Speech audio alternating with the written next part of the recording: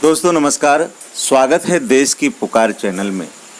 आज हम एक बात स्पष्ट कर देना चाहते हैं, मोदी सरकार बार बार ये कहती क्यों है, देश को बिकने नहीं दूंगा, देश को बर्बाद होने नहीं दूंगा, किसी भी कीमत पे इसकी हम रक्षा करेंगे।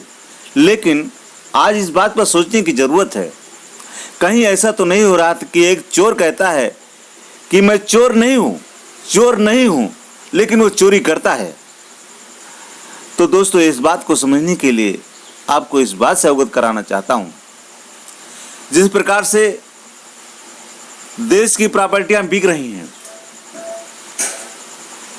निजीकरण हो रहा है, बेची जा रही हैं पब्लिक प्रॉपर्टियां, इस प्रकार से ये सिद्ध हो रहा है। एक तरफ तो सरकार कहती है मैं बिकने नहीं दूंगा, एक तरफ बेच रही है, इसका क्या मतलब है?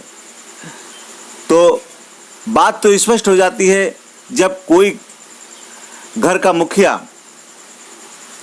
घर के सामानों को कब बेचता है, जब उसके ऊपर कोई विपत आती है, संकट आता है, उस अवस्था में घर के जो सामान होते हैं जो उनको बेचने का विचार मुखिया बनाता है और धीरे धीरे बेच देता है।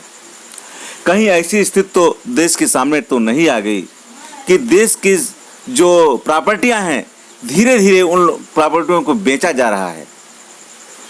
इसका मतलब यही जाहिर होता है, स्पष्ट हो जाता है, सरकार विकास नहीं कर रही है, आर्थिक स्थिति देश की बहुत कमज़ोर हो चुकी है। ऐसी स्थिति में सरकार बौखलाई हुई है और देश अपने ही देश की प्रॉपर्टी को बेचने पे जुटी हुई है, निजीकरण करने में जुटी हुई है, प्राइवेट करने में जुटी हुई है। इसका मतलब क्या है?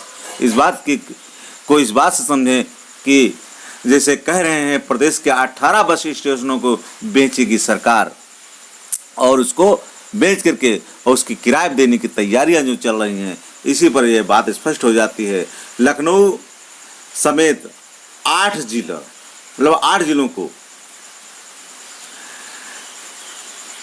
मोदी ने चिन्हित कर लिया उन बस स्टेशनों को बेचने के लिए कि इन बस स्टेशनों को बेच के किराए पर देने की जो तैयारियां कर ली हैं। ये पेपर की कटिंग के माध्यम से आप समझ सकते हैं दोस्तों कि क्या हो रहा है। इतना बताने का मतलब ये हुआ कि कहीं रेलवे बेचा जा रहा है, कहीं मतलब कि पब्लिक सेक्टर की जितनी भी प्रॉपर्टियां हैं उन सारी प्रॉपर्टियों को बेचने का जो सिस्टम चल रहा है, इससे यही साबित होता है कि देश को केवल खोखला ढोल की तरह बनाने का सिस्टम चल रहा है। खोखला हो जाएगा देश, जो कि आंखों से अगर आप लोगों को नहीं दिखता है तो प्रत्यक्ष कुछ दिनों में दिख जाएगा। तो आप क्या कहेंगे दोस्तों इसके बारे में?